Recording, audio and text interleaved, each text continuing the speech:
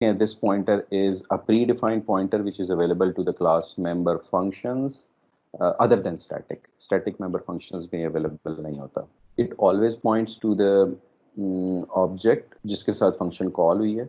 ये हमेशा उसको point करें. यानी आपने ऑब्जेक्ट वन के साथ डॉट लगा के तो फंक्शन वन कॉल किया है, तो दिस पॉइंटर जो है वो ऑब्जेक्ट वन को पॉइंट कर रहा है. अगर आपने ऑब्जेक्ट टू के साथ डॉट लगा के फंक्शन वन को कॉल किया तो ये ऑब्जेक्ट टू को पॉइंट कर रहा है. जो करंट ऑब्जेक्ट है दिस पॉइंटर हमेशा उसको पॉइंट कर रहा है. जो थर्ड पॉइंट लिखा है वो ये है कि it is always passed as a hidden argument to all non static member functions. सबके केस में ये अवेलेबल होता है. It can also be used to access members that may be hidden by parameters with the same name.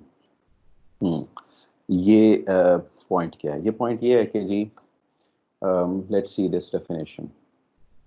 देखें जी, अगर यहाँ पे हम लगाना चाहते हैं x से पहले this और एरो तो वो हम लगा सकते हैं जस्ट टू डिफरेंशिएट कि ये x जो है वो इस x से डिफरेंट है. लेकिन क्योंकि ये x जो है इस ऑब्जेक्ट का पार्ट है तो हमें यहाँ पे ये लगाने की ज़रूरत नहीं है.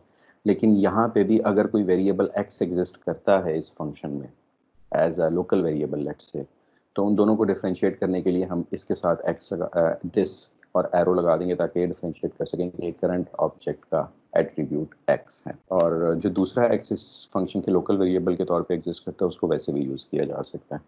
तो ये जो थर्ड पॉइंट है कि इसका it can be used to access members that may be hidden by parameters with the same name or local variables with the same name. ये parameter में भी same name के साथ कोई variable आ सकता है.